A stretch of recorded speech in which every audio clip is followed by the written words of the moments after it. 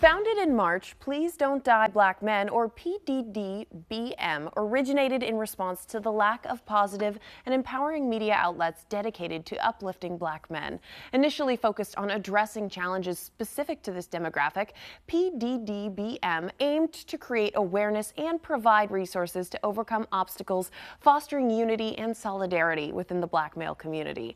Their upcoming Pre-Kwanzaa Celebration at the Clark County Fairgrounds aims to immerse visitors in the music, art, dance, and of course, delicious cuisine of Africa. So here to explain more, and thanks to our sponsors at PDDBM, is Chairwoman and President Ruby N. Lewis. Welcome to the show. Thank you for having me. Ruby, I am very excited. We were talking a little bit about the Karamu dinner to come with this Pre-Kwanzaa celebration, and I'm already in. Sign me up. What is the importance of celebrating Kwanzaa, and how does this event really promote its values?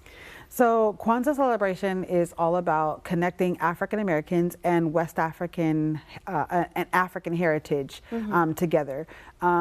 So in Black history, the Africans that were brought over here on the slave ships, they were stripped from their culture, their hair, everything that they actually had. So Dr. Maulana Karenga, he brought Kwanzaa over here to connect African Americans to their African heritage. And so there's 7 principles, and they talk about unity and cooperative economics and stuff like that. So yeah, it's a really important. A beautiful celebration of culture, if you will. That is amazing. And what makes your Kwanzaa celebration so unique?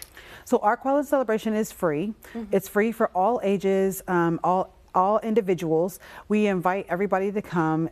We invite them to celebrate our culture and to learn more about it.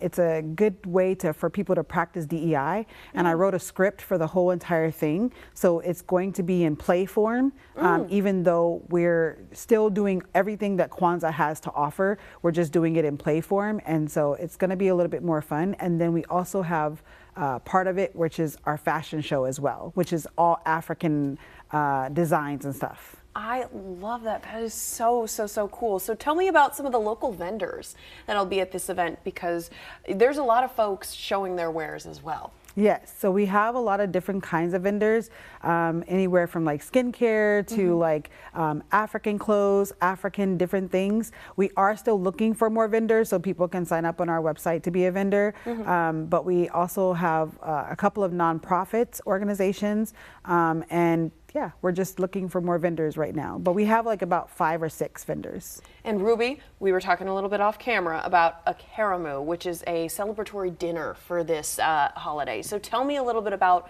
what that is and what that entails. So the Karamu is usually at the end of the Kwanzaa celebration. There's a huge feast that people celebrate together with, and it promotes like fellowship and friendship and values and stuff. And so we're gonna have a huge feast at the end. You do have to pay for the Karamu tickets, but everything else is free. And we're gonna have fried fish and collard green, like a mixed greens, and vegetarian options, vegan options. We'll have cornbread, especially sweet potato pie, stuff like that.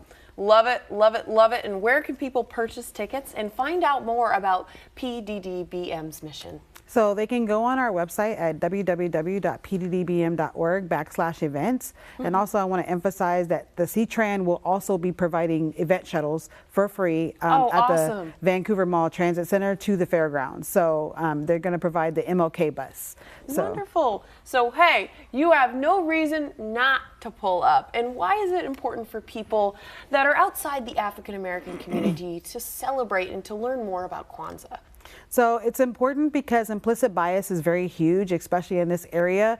And in order to conquer your implicit bias, or because we all have biases, in order to conquer that, it's important to learn about different cultures. And so we invite people to come out, learn about our culture, step into somebody else's shoes, and to just really embrace other people's cultures for this time, and to learn more about it, so that you could actually have an awareness and a cultural awareness about what other people go through and other people's struggles, but also what other people celebrate as well. Broaden your horizons. Yes. I love that. Well, Ruby, thank you so much for joining me today. It was great to chat with you.